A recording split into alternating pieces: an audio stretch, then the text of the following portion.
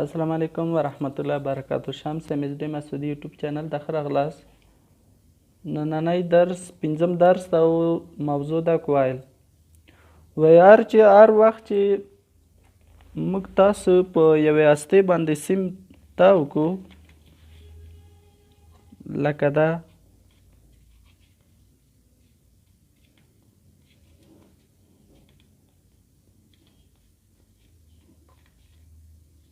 نو دا څه شی شو؟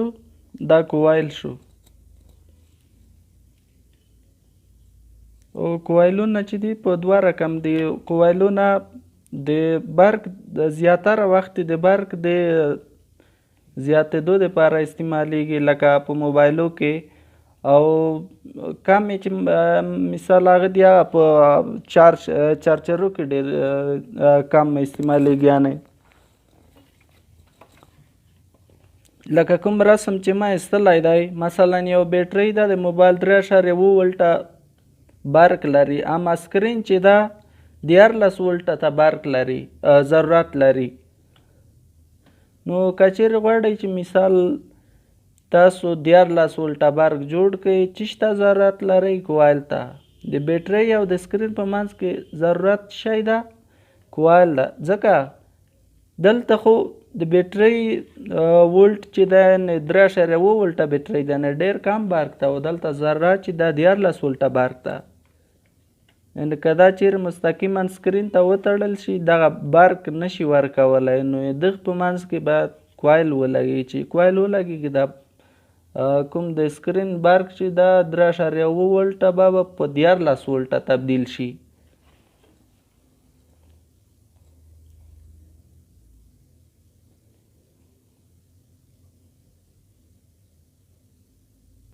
بل کوایل په چارجرو کې دا کوایل مثلا کوم چارج چې د هغې د مثلا د بیټرۍ نه راځي 220 ولټه ده، اما دلته موبایل ته څومره ضرورت ده؟ 3.7 ولټه ضرورت ده. که چیرته 220 ولټه مکمل په موبایل را پرېښودل شي، موبایل مکمل سوځوي، نو د هغې دپاره دوی یو کوایل پکې لګوي، یعنې برق کموي. کومه فیصدي د برق چې دی 220 ولټه چې دغه ټوله راکموي، 3.7 ولټه د موبایل برق ته چمتو کوي.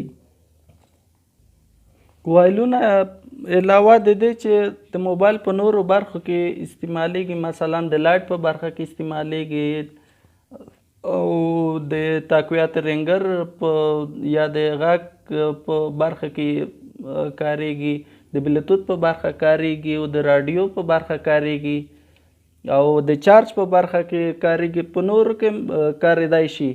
او د کوم کوایلونه چې د موبایل په لایټ برخه کې دي هغه ده، دا موبایل X1 موبایل دی.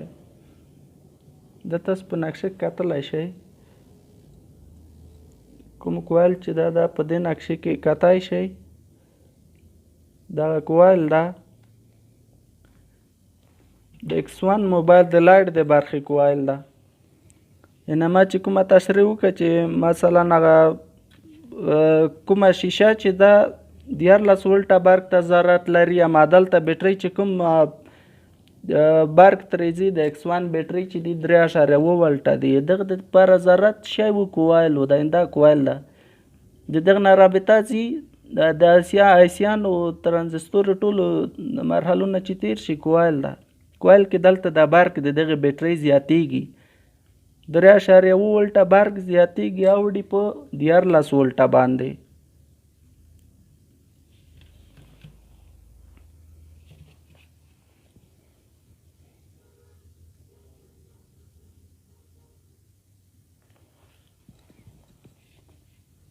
دغه کوایل ده.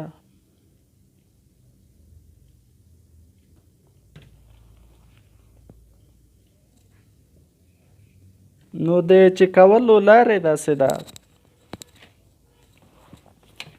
تاسو به میګر راواخلئ، لومړی به د میګر لاینونه سره وجنګوئ چې آیا جوړ دی که نه دی جوړ، او جوړ دی اواز کوي. بیا به د میګر دواړه سرونه مثبت منفي چې دي د کوایل په دواړو خواو باندې به یې ولګوئ.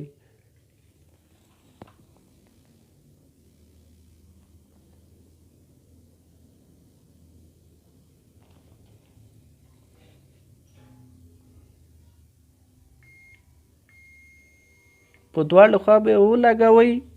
که چیرته دغه کوایل اواز ورکو دا په دې معنی چې کوایل جوړ ده او که چیرته یې اواز ور نه کو دا بیا جوړ نه ده، اما دا کوایل جوړ ده.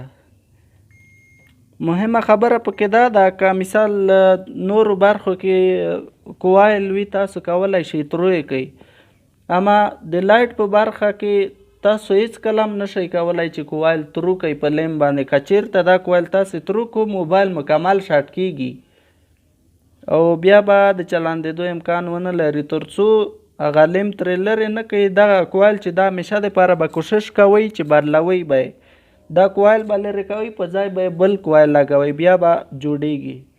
اما داسې به نه کوئ چې تاسو به یې لیم کوئ، که لیم یې کوئ موبایل مکمل شارټ کوئ.